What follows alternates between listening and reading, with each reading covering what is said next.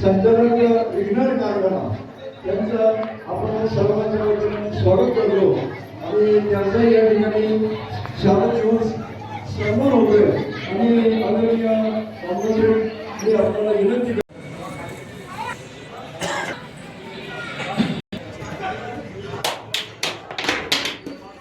नमस्कार रामकृष्ण. सुरेश महाराज पोटे आपण माहिती संपर्क साधायचे.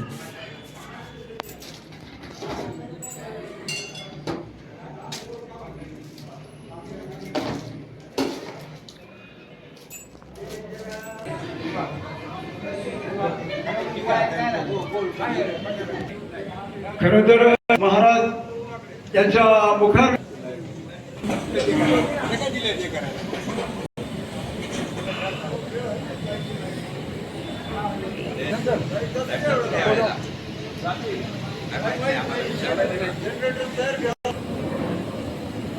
आपण होत असताना पवित्र अशा दरबारामध्ये हरिभक्त परायण महाराजांची कीर्तन सेवा संपन्न झाली आणि हा नामघोष हा जयघोष जगाच्या पाठीवरती पाठवण्याचं जे काम केलं ते थरार न्यूज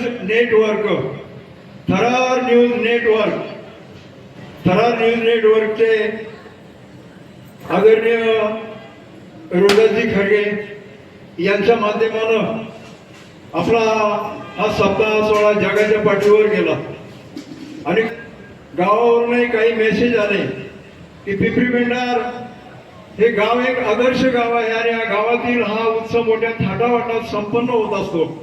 खरोखर बाहेरून कौतुक आपल्या गावाचं कौतुक होतं आणि त्या कौतुकाचं माध्यम खरं पाहिलं तर थरार न्यूज नेटवर्क आदरणीय रोहिदासजी खरगे त्याचप्रमाणे त्यांचे ऑपरेटर सहकारी आदरणीय संतोष दुर्गुडे यांचं श्री सद्गुरू सीताराम महाराज सेवा मंडळ ग्रामस्थांच्या वतीनं मी मनपूर्वक स्वागत करतो आणि या ठिकाणी लगेचच अनसूया सुत दत्तात्रय महाराजांचा जन्मोत्सव संपन्न होत असताना प्रवचन सेवा हरिभक्त परायण किसन महाराज चौधरी यांच्या मुखार विंदातून संपन्न होणार आहे. राम राम राम हरे हरे हरे कृष्ण कृष्ण कृष्ण हरे हरे हरे कृष्ण कृष्ण हरे हरे राम राम हरे हरे हरे कृष्ण कृष्ण हरे हरे हरे राम राम हरे हरे हरे कृष्ण कृष्ण हरे हरे राम हरे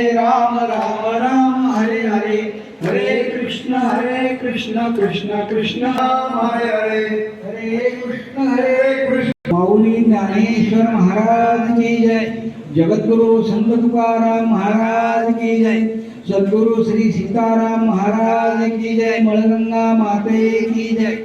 अवधूत चिंतन श्री गुरुदेव दत्त गुरुदेव दत्त गुरुदेव दत्त. महत्वाचा दिवस आणि भगवान दत्तात्रयांचा जन्म आपण या ठिकाणी तो उत्सव या ठिकाणी साजरा करणार आहोत. आज खरं तर मी एक वेगळा विषय माऊलींची गुरुभक्ती प्रकारचा आहे. ज्ञानेश्वर माऊलींची गुरुभक्ती आणि त्याचबरोबर शेवटच्या 15 मिनिटामध्ये आपण दत्तजन्माचं कथन किंवा दत्तजन्माची कथा ही पाहणार आहोत. खरं तर आपण काही सुख आहे पण गुरुजवळ गेल्यानंतर जे वेगळं सुख मिळत असेल तर परमसुख असतं की त्या सुखाला उपमाच नाही. अशा प्रकारचं उच्च कोटीतलं जे सुख असतं त्याला आपण परमसुख असं म्हणतो. ब्रह्मानंदम परमसुखदम केवलम ज्ञानमूर्ती. गुरु महाराज म्हणजे केवळ ज्ञानाची मूर्ती आहे. गुरुपासून आपल्याला ज्ञान मिळतं. ज्ञान मिळतं म्हणजे काय मिळतं? म्हणजे ज्ञान हे काही बाजारात जशी एखादी वस्तू मिळते किंवा इकडचा डबा तिकडे ठेवतो आपण त्याप्रमाणे काय ज्ञान म्हणजे काय इकडचं तिकडे द्यायचं असतं का? तर ज्ञान हा जो शब्द आहे या शब्दामध्ये ज्ञ हा मूळ धातू आहे आणि तो म्हणजे जाणीव आणि त्यातून ते नाम तयार होतं त्याला म्हणायचं त्याच्यातून जाणीव शब्द तयार होतो. गुरु आपल्याला जाणीव करून देतात. गुरु जाणीव करून देतात. ज्या वेळेला आपण जन्माला आलेलो असतो त्यावेळेला को हम, मी कोण आहे, कथम जर जातं, मला जायचे कुठं, कोस करता, मला निर्माण करणारा कोण आहे, याची जाणीव करून देणारा जो असतो ते परमज्ञान असतं. म्हणून गुरूंना आपण ज्ञान म्हटलेलं आहे. ते म्हणतात ब्रह्मानंदम परमसुखदम केवलम ज्ञानमूर्ती, ज्ञानाची मूर्ती आहे. केवळ द्वंद्वातीतम, द्वंद्वाच्या पलीकडचं आहे.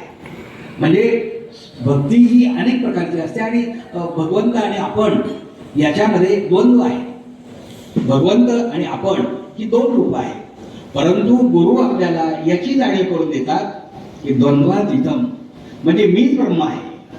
द्वंद्वात याच्या पलीकडचं ज्ञान करून देणारे गुरु असतात. आणि म्हणून आपली जी भक्ती आहे ही द्वंद्वातीत अशा प्रकारची भक्ती असली पाहिजे.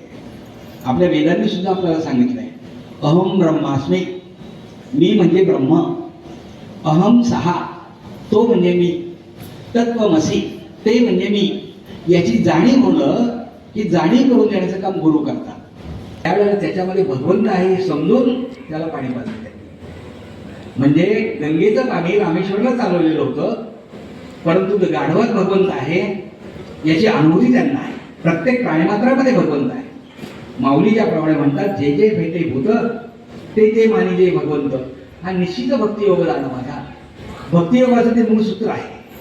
तेव्हा नामदेव महाराज आपल्याला हे सगळे दृष्टांत वाहिले. नामदेव महाराज जेव्हा जेवायला बसले त्यावेळेला कुत्र्यांनी ताटाची पोळीच पळवली. परंतु नामदेव महाराजांनी जेव्हा हे लक्षात आलं की कुत्र्याने पोळी पळवली, ती कोरडी पोळी आहे, कदाचित खाताना त्याच्या घशामध्ये अडकेल, म्हणून त्याच्या मागे तुपाची वाटी घेऊन लागले. कुत्र्यामध्ये ब्रह्म माहित. म्हणजे या विश्वामध्ये अशी एकही जागा नाही जे का नाही देव तेथे ठेवी पावन, नामदेव महाराजांनी अनुभूती आली. असं एकही जागा नाही की त्या ठिकाणी भगवंत नाही. जागा दाखवतात त्यांना आपण गुरु असं म्हणतो. जे योग्य मार्गदर्शन करतात त्यांना आपण गुरु असं म्हणतो. आणि अशा प्रकारच्या गुरूंची कृपा आपल्या जीवनामध्ये होणं हे अत्यंत महत्वाचं आहे. म्हणजे या ठिकाणी गुरूंचं महत्व हे ज्ञानेश्वर माऊली किंवा सगळ्या संतांनी ओळखलेले आहे. वारकरी संप्रदायामध्ये तर गुरु परंपरेला फार महत्व आहे. गुरु आपल्याला ज्ञान देतात. मी आत्ताच आपल्याला सांगितलं. आणखी काय करतात गुरु आपल्यासाठी?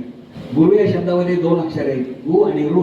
म्हणजे गुप्त रूपाचं दर्शन जे घडवतात त्यांना गुरु असं म्हणतात. भगवंताचं रूप हे गुप्त रूप आहे, ते आपल्याला दिसत नाही. तुझं सगुण म्हणू की निर्गुण आहे, सगुण निर्गुणी एक गोविंद रोळी अनुमानेना किंवा वेदांना सुद्धा त्याचं हे समजलं नाही, रूप समजलं नाही. वेदांनाही नाही कळला, नाही का, अंत पारद्याचा कानडा राजा विठ्ठल आपण असं अभंगामध्ये म्हणतो. म्हणजे हे रूप वेदांना सुद्धा समजलं नाही. अशा प्रकारच्या गुप्त रूपाचं दर्शन घडवणारे ते गुरु असतात. काय आहे त्यावेळेला भगवान शंकरांनी सांगितलं, पार्वती तुला जर ज्ञान समजून घ्यायचं असेल किंवा ज्ञान म्हणजे काय हे जर समजून घ्यायचं असेल तर आपण पृथ्वी तलावर जाऊया. आणि पृथ्वी तलावर जाऊन एखाद्या समुद्राच्या जवळ आपण एकांतामध्ये बसल्यानंतर तुला हे ज्ञान मी सगळं सांगेन. नवनाथ ग्रंथामध्ये हा संदर्भ आलेला आहे. ज्ञानेश्वरीमध्ये त्याचं वर्णन केलेलं आहे. किंवा त्या समुद्राच्या कडेला भगवान शंकर आणि पार्वती माता बसलेले आहेत. आणि त्यावेळेला खरं ज्ञान काय आहे, आत्मज्ञान काय आहे, ब्रह्म काय आहे, अशा अनेक विषयांची चर्चा ही दोघांची झाली. पण केवळ ऐकायला दोघेच नव्हते बरं का. दोघेच नव्हते, तिसरी व्यक्ती होती आपल्या सगळ्यांना माहिती आहे. आणि ती व्यक्ती म्हणजे तिथे मासा होता, मासा. आणि त्या माशाच्या पोटात एक गर्भ वाढत होता आणि त्या गर्भामध्ये एक जीव होता. आणि त्या जीवाने हे सगळं ज्ञान ऐकलं आणि त्या जीवामध्ये भगवान विष्णू म्हणजे मच्छिंद्रनाथ त्या ठिकाणी अवतीर्ण होत होते. आणि त्याच्यातून हे ज्ञान मच्छिंद्रनाथांना मिळालं. मच्छिंद्रनाथांनी ते जे ब्रह्मज्ञान आहे ते गोरक्षनाथांना दिलं. गोरक्षनाथांना मिळालेलं ज्ञान त्यांनी गहिनीनाथांना दिलं. गहिनीनाथांना मिळालेलं ज्ञान त्यांनी निवृत्तीनाथांना दिलं. आणि निवृत्तीनाथांना मिळालेलं ज्ञान ज्ञानेश्वर माऊलींच्याकडे. हरिपाठामध्ये आपण अभंग म्हणतो, आदिनाथ गुरु सकळ सिद्धांचा मच्छिंद्र तयाचा मुख्य शिष्य. मच्छिंद्राने बोध गोरक्षाशी गेला, गोरक्ष बोलला गैनी. गैनी प्रसादे निवृत्ती दाताला निवृत्तीचा शिष्य ज्ञान दिलं. म्हणजे एक गुरु एक गुरु एक शिष्य, एक गुरु एक शिष्य, अशा प्रकारची ही परंपरा ही नाथ संप्रदायामध्ये आपल्याला आलेली दिसते. आणि निवृत्तीनाथांना जे ज्ञान प्राप्त झालं म्हणजे जे आदिनाथ गुरूंकडनं मिळालेलं होतं, म्हणजे भगवान शंकरांकडनं मिळालेलं होतं. ते मच्छिंद्रापर्यंत आलं, पुढे गैनीनाथांच्या गोरक्षनाथांच्या पर्यंत, गैनीनाथांच्या पर्यंत, निवृत्तीनाथांच्या पर्यंत. आणि मग निवृत्तीनाथांना असं वाटलं की हे जे ज्ञान आहे हे केवळ आपल्याजवळ ठेवून उपयोग नाही, हे देण्याची क्षमता जर कोणामध्ये असेल तर ती केवळ आणि केवळ फक्त ज्ञानेश्वर माऊलींच्याच मध्ये आहे. आणि म्हणून ज्ञानेश्वर माऊलींना निवृत्तीनाथांनी आज्ञा केली की हे जे चालत आलेलं ज्ञान आहे हे ज्ञान समाजामध्ये पोहोचवा. म्हणजे एकांकी असलेलं ज्ञान, एक गुरु एक शिष्य अशा प्रकारचं असणारं ज्ञान, हे ज्ञानदेवांनी एक गुरु आणि अनेक ज्ञान जगी ती कोणी अवतार पांडुरंग नाव ठेविले ज्ञानी आरती नाही. तेव्हा जे ज्ञान गुप्त होतं, गुरु हे सांगतात गुप्त होतं. लोपले ज्ञान जगी आरतीमध्ये आपल्याकडे घेतलं नाही, आपल्या गुरुजींना दिलं. आणि शेवटची ओवी ज्ञानेश्वरीमध्ये आली आहे, आजच पारायण संपलं, शेवटची ओवी आली. महाराज सांगतील तिथे असं म्हणतात की हे मी नाही सांगितलं, किंबहुना तुमचे केले धर्म संकीर्तन हे सिद्ध केले. येथे उरलेली केवळ पायकपण. केवढी नम्रता आहे, केवढी विनयशीलता आहे. आम्ही एखादा लेख लिहिला, एखादी कविता लिहिली की खाली आमचं लगेच नाव टाकतो. पण माऊलींनी अमृतानुभव, चांगले 65 नाही का, हरिपाठाचे अभंग, एवढं मोठं साहित्य निर्माण केलं त्यांनी. परंतु कुठेही स्वतःचा उल्लेख नाही. सगळी ही गुरुकृपेचं महत्व आहे. आणि ही जी गुरुकृपा आहे, त्या गुरुकृपेचं अनेक ठिकाणी ज्ञानेश्वरी ग्रंथ ज्यावेळेला आपण वाचतो त्यावेळेला बऱ्याच अध्यायांची सुरुवात ज्ञानेश्वर माऊलींनी गुरुच्या वंदनाने केलेली आहे. जय जय ओ शुद्धे उदार प्रसिद्धे अनवर्त आनंदे वर्षती. आपल्या गुरूंना काय उपमा दिल्यात त्यांनी. त्या 13व्या अध्यायातल्या जर आपण ओव्या वाचायला ना सुरुवातीच्या, की ह्या ओव्या मराठीमध्ये लिहिल्या की संस्कृतमध्ये लिहिल्यात याबद्दल आपल्याला शंका येते. इतकं माऊलींचं आधार ज्ञान आहे. म्हणजे गुरूंची व्याख्या करताना सुद्धा रवींद्रनाथ टागोर असं म्हणतात की भूतकाळाचा दुवा आणि भविष्य काळाचा दिवा म्हणजे गुरु असतात. माऊली तरी आपल्याला कसे समजून घेता येतील? आकाशाची उंची जर आपण मोजायला सुरुवात केली, नाही मोजता येणार. समुद्राची खोली जर आपल्याला मोजायला सुरुवात केली, नाही मोजता येणार. आकाशाची उंची अधिक समुद्राची खोली बरोबर माऊली. एवढं मोठं माऊलीचं मोठेपण आहे. अशा प्रकारचे माऊली आपल्या गुरूंना म्हणतात. समाजामध्ये आपण अशा प्रकारची माणसं पाहतो की सगळं काही जवळ आहे, परंतु जाण्याची इच्छाच नाही. परमार्थ किती सोपा आहे, पण नाही इच्छा होत लोकांची.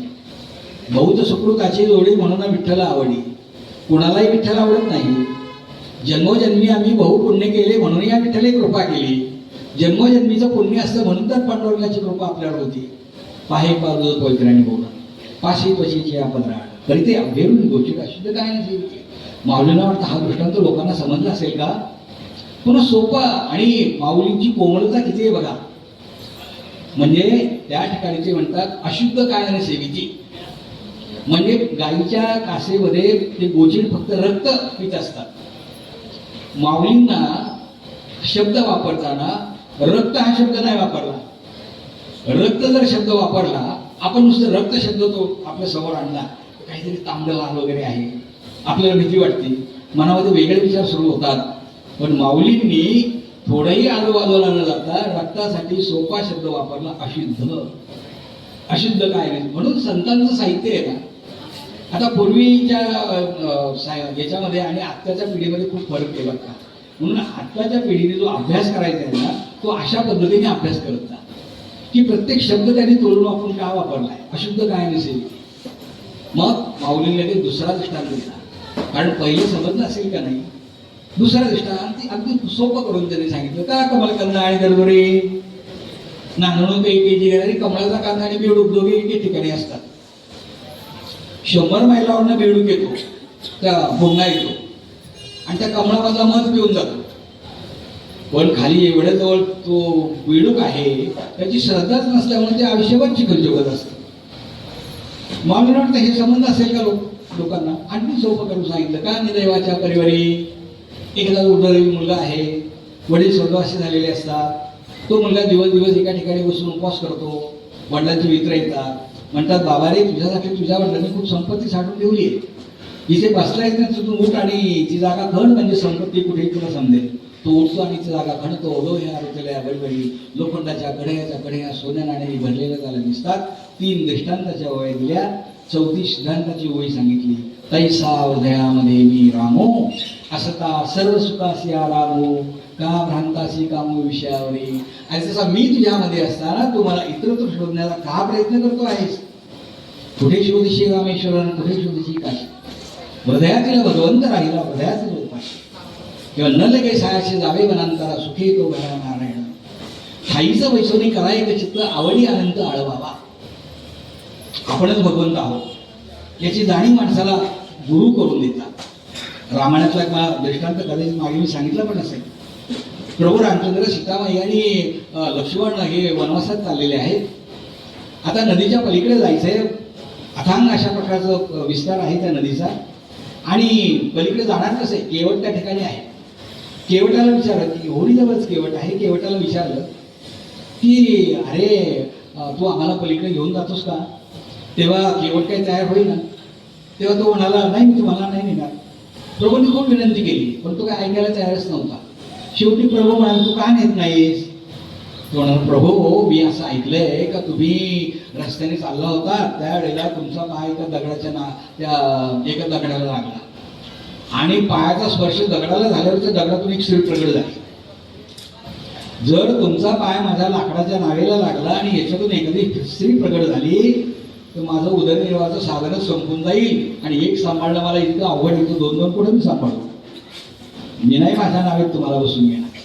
पण प्रभूंनी खूप विनंती केली. नावाला मोठा हुशार होता बरं.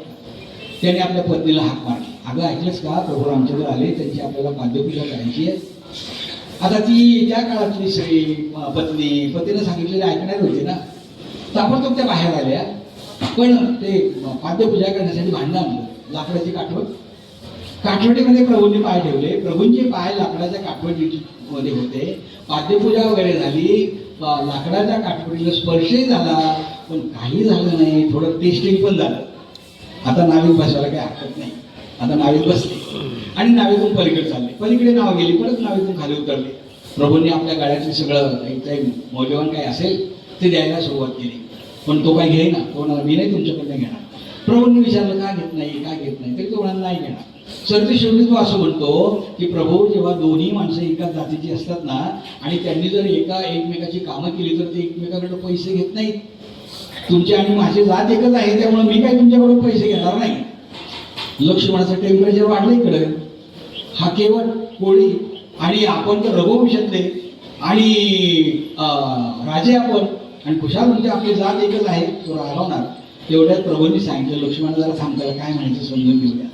आणि तू आपली जात एक वगैरे काय म्हणतो काही लक्षात येत नाही. परत त्या केवटाने सांगितलं प्रभू एका नावाने दुसऱ्या नावाच्या दुकानात केस कापले तर पहिल्या नावाने दुसऱ्याकडे पैसे घेत नाही पण ते एकाच जातीचे असतात. एका धोबेने दुसऱ्या धोबेच्या दुकानात कपडे धुवायला दिले, पहिला धोबे दुसऱ्याकडे पैसे घेत नाही पण ते एकाच जातीचे असतात. तुमची आणि माझी जात एकच आहे त्यामुळे मी नाही तुमच्याकडून पैसे घेणार. प्रभूंच्या अजूनही लक्षात यायला. ते म्हणाले बाबा तू काय काय म्हणतो अजूनही माझ्या लक्षात येत नाही. तेव्हा त्या केवटाने सांगितलं प्रभू तुम्हाला या तिघांना या गंगा नदीवरून पलीकडे घेऊन जाणारा मी एक नावाडी आहे. तुम्हाला तिघांना या गंगा नदीवरून पलीकडे घेऊन जाणारा मी एक नावाडी आहे. आणि संसारूपी भवसागरातून सर्वांना पलीकडे घेऊन जाणारे तुम्ही सुद्धा एक नावाडी आहात. तुमची आणि माझी जात एकच आहे. भगवंतच आपण आहोत. आणि हे आपल्याला गुरु ज्ञानामुळे समजतं. माझा हृदय सद्गुरू जे नाही मोबाईल कोणाचा येणार होता ते वडील त्याला सांगतात मी घरात नाही म्हणून सांग.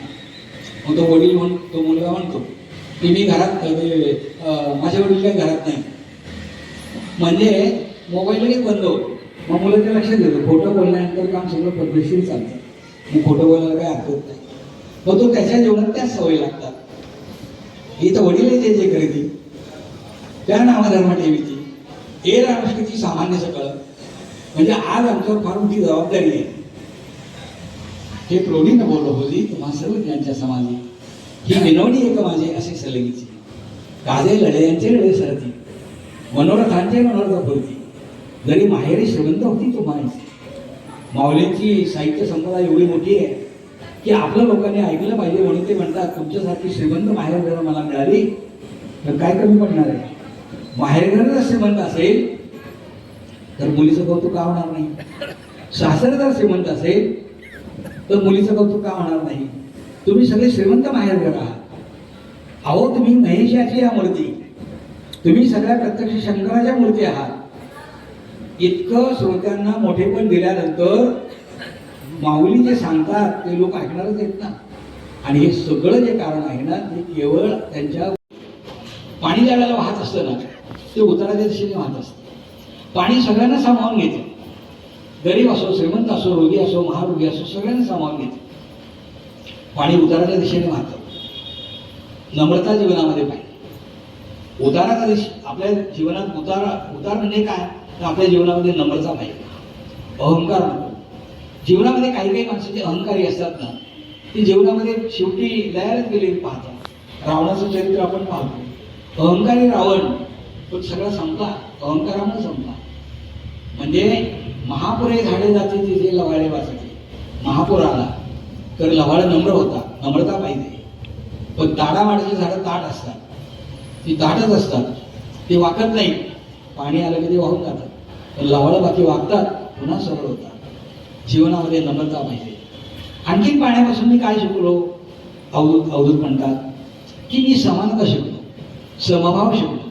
गायीची तुषारू, माऊली म्हणतात गायीची तुषारू व्याघ्राविष होणी मारू ऐसे नेणीची गा करू तो देसे.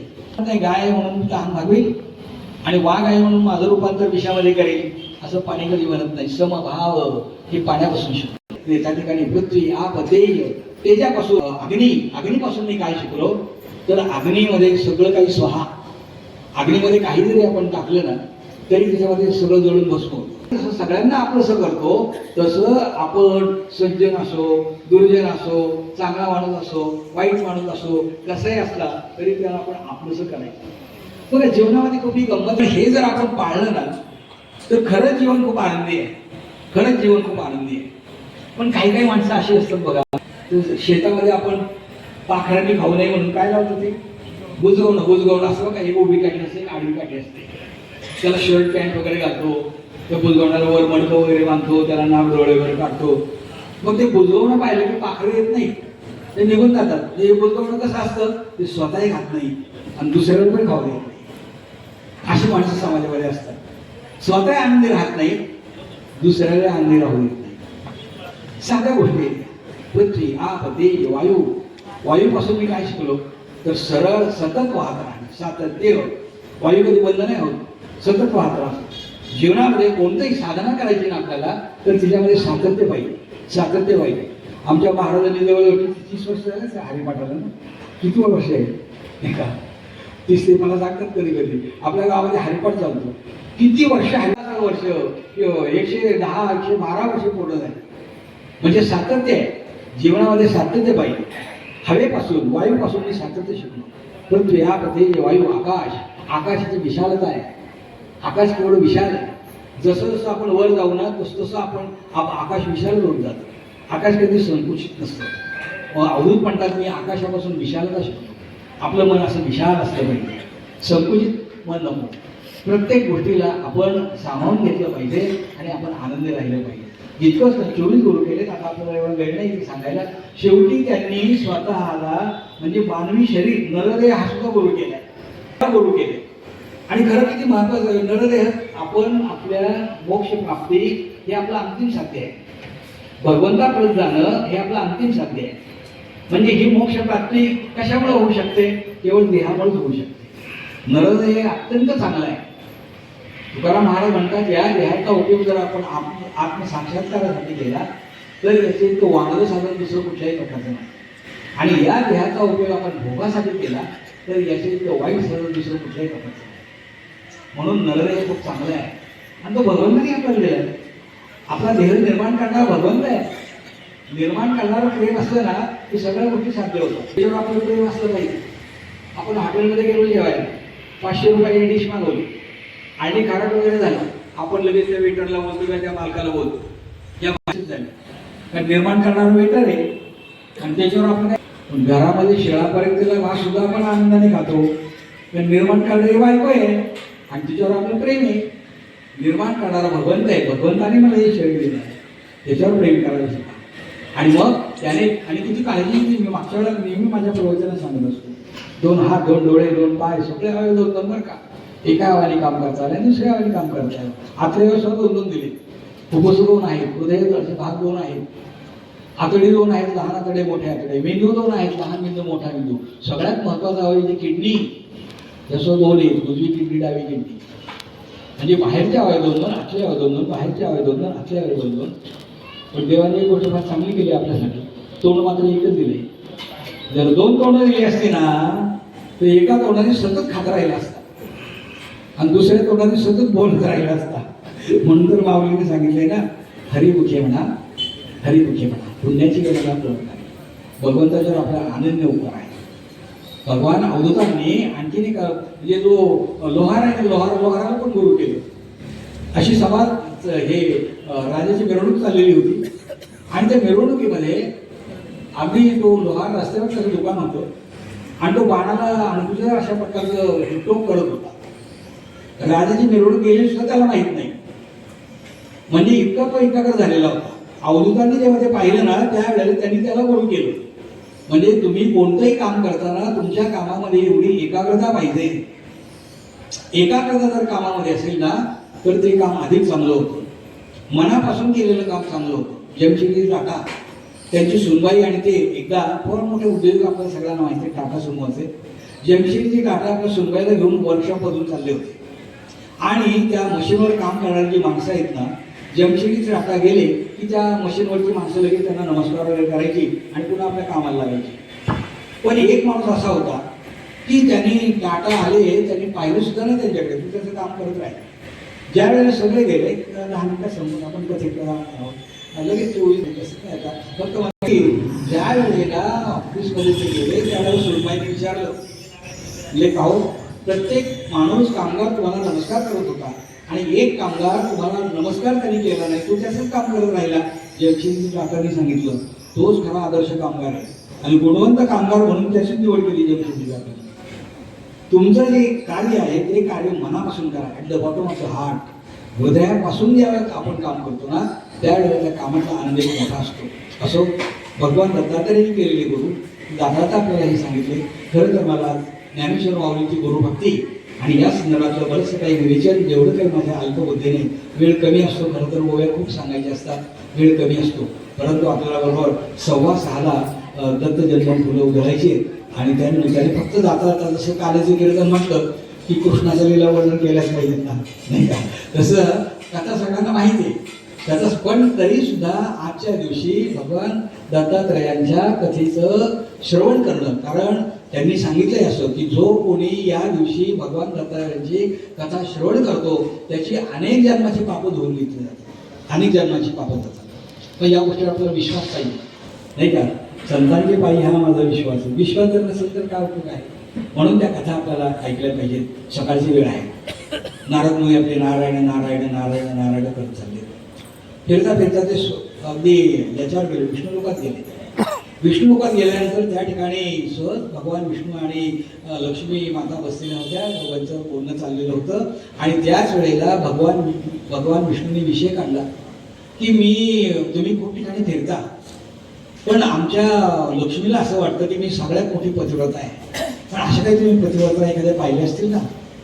म्हणजे पृथ्वी तलावर एक पतिव्रता अशी आहे, अत्रि मुनीच्या आश्रमामध्ये त्यांची पत्नी, त्यांची बायको अनसूया ही महान पतिव्रता आहे.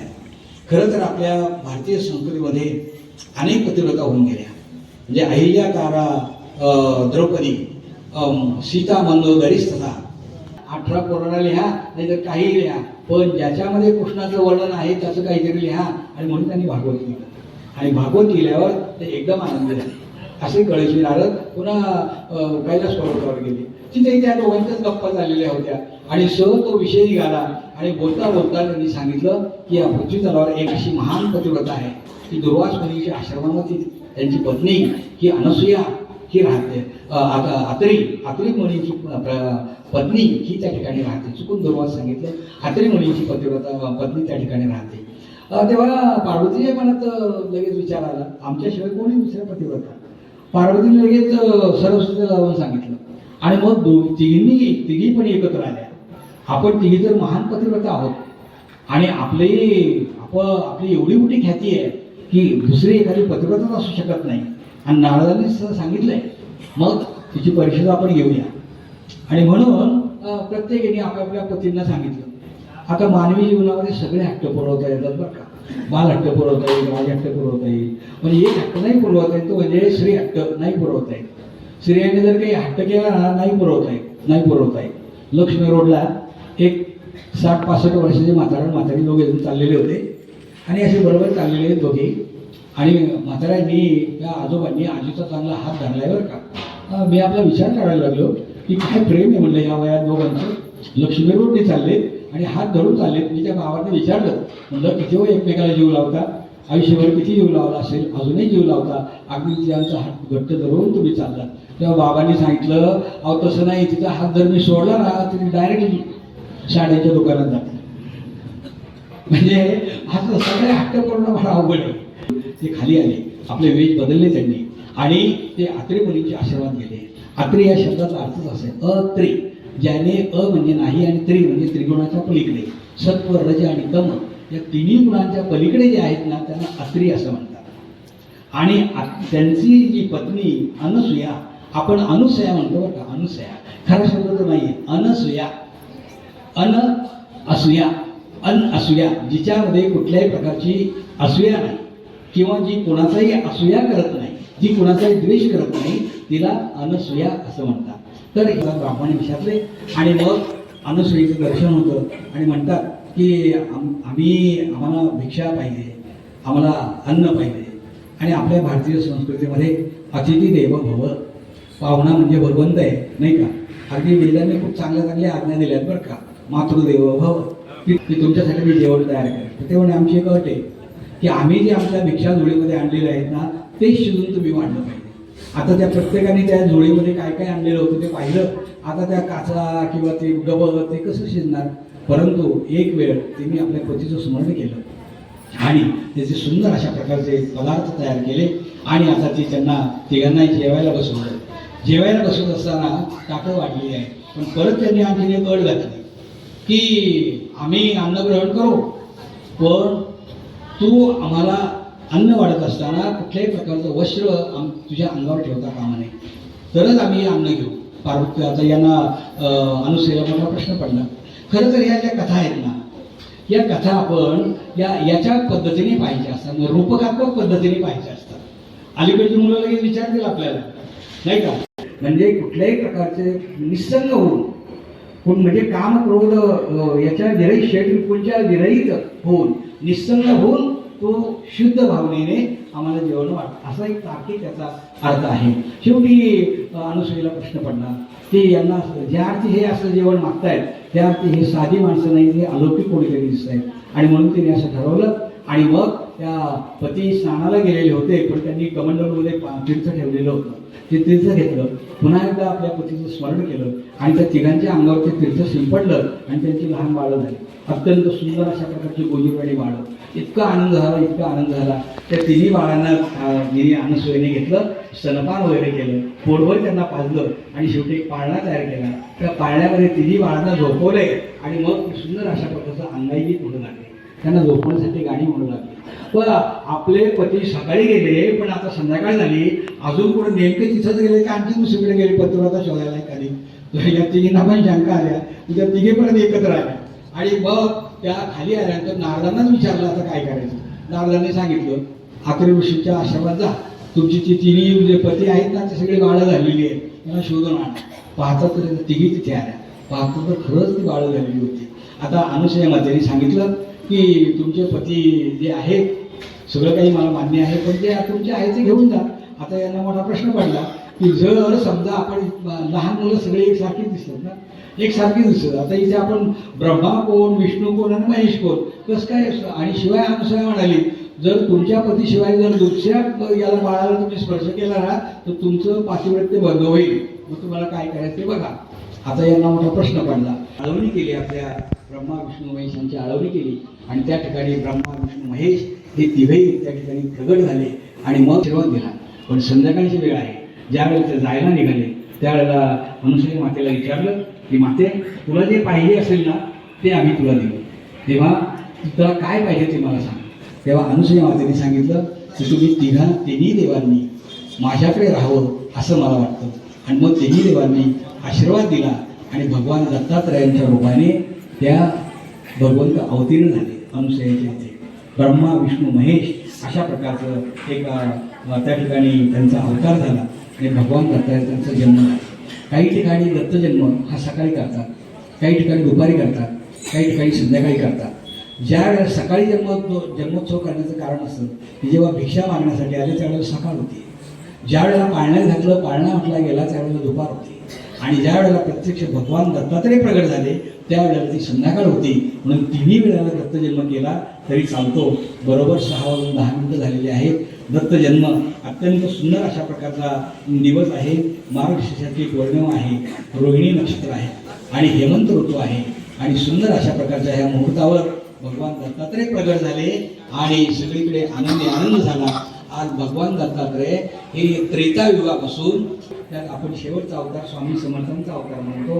स्वामी समर्थ हे भगवान दत्तात्रयाचीच आहेत आणि हे आपले गुरु आहेत. गुरुचरणाचे माते तीच माझी भागीरथी, गुरुचरणाचे ज्ञान तेच माझे सुंदर कृपा सिंधू, ओ माझी देवपूजा पाय तुझे गुरुराया. अशा प्रकारची गुरुवंदना आपण या ठिकाणी केली. थोड्याच वेळात आपण या संदर्भात अभंग या ठिकाणी म्हणणार आहोत. फुलं आपल्याला दिली जातील.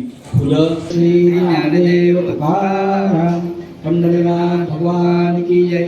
माऊली ज्ञानेश्वर महाराज की जय. जगद्गुरु संत तुकाराम महाराज की जय. सबसंतन की जय. अवधूत चिंतन श्री गुरुदेव दत्त, गुरुदेव दत्त, गुरुदेव दत्त. अभंगाची तयारी होईपर्यंत दिगंबरा दिगंबरा दिगंबरा श्रीपाद वल्लभ दिगंबरा दिगंबरा वल्लभ दिगंबरा श्रीपाद वल्लभ दिगंबरा श्रीपाद वल्लभ दिगंबरा श्रीपाद वल्लभ दिगंबरा श्रीपाद वल्लभ दिगंबरा दिगंबरा दिगंबरा श्रीपाद वल्लभ दिगंबरा. जय राम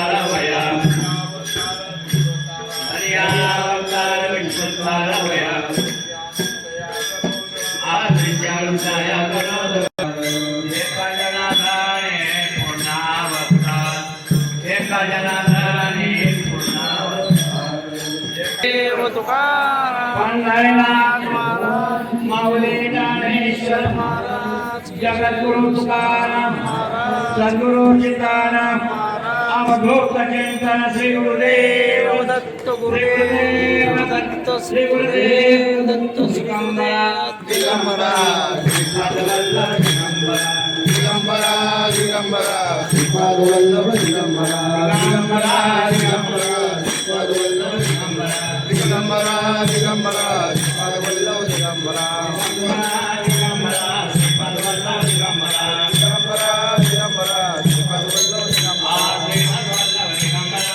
वल्लभ दिगंबरा दिगंबरा दिगंबरा श्रीपाद वल्लभ दिगंबरा श्रीपाद वल्लभ दिगंबरा दिगंबरा दिगंबरा श्रीपाद वल्लभ दिगंबरा श्रीपाद वल्लभ दिगंबरा.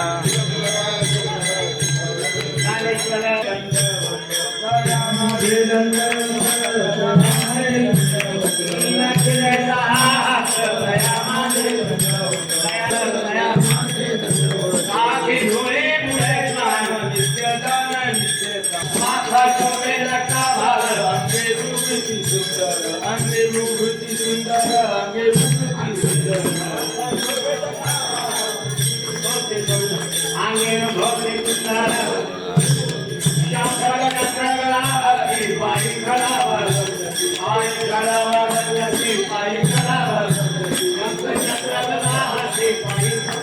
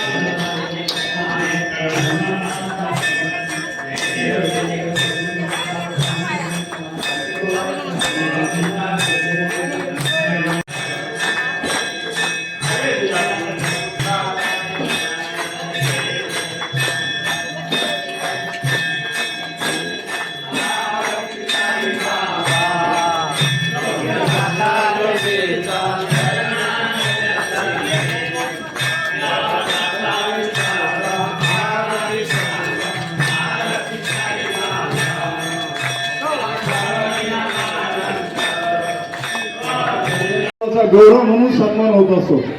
हा सन्मान आपल्या सर्वांच्या साक्षीने होत आहे.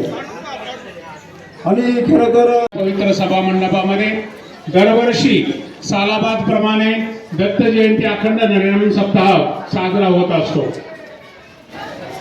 या कार्यक्रमाचं वैशिष्ट्य जर पाहिलं तर या जो मंदिर आहे सीताराम बाबांचं, हे फार पुरातन असं मंदिर आहे. आम्ही शाळेत लहान असताना अगदी या चौथारा तयार होता आणि त्या चौथाऱ्यावर आम्ही दुपारी येऊन जेवण करायचो. असा त्यावेळचा काळ. परंतु या मंडळाचे कार्यकर्ते काही हयात आहेत, काही नाही. यांनी अगदी कठोर परिस्थितीतून हे मंदिर उभं केलं. त्यात अगदी आपल्याला लहानपणापासून आठवतं की अगदी 50 पैसे 1 रुपया अशी वर्गणी जमा करून तो हजारो लाखो रुपये सुद्धा काही लोकांनी दिले आणि हे मंदिर असं उभं राहिलं. त्यामुळं कार्यकर्त्यांना स्फूर्ती मिळाली, नवीन नवीन कार्यकर्ते जोडले गेले आणि त्याचा उत्स्फूर्त असा विस्तीर्ण वटवृक्ष या कार्यकर्त्यांचा दरवर्षी सालाबाद प्रमाणे ते अत्यंत मोठ्या उत्साहात साजरा होत असतो. तो आत्ताच गुरु दत्त जन्म आता साजरा झालेला आहे. तरी असो, आपण या बाबतीत आपण गावचेच आहोत आणि आपण एकमेकाला काही वेगळं सांगणं ही काही उचित नाही. आपण लहानपणापासून या सर्वांचे साक्षीदार आहोत. तरी असो, मी या सर्व कार्यकर्त्यांना आपल्या सर्वांच्या वतीनं, ग्रामस्थांच्या वतीनं धन्यवाद देतो आणि असाच कार्यक्रम उत्तरोत्तर वाढवत जावो अशी परमेश्वरांनी प्रार्थना करतो आणि थांबतो. जय हिंद, जय महाराष्ट्र.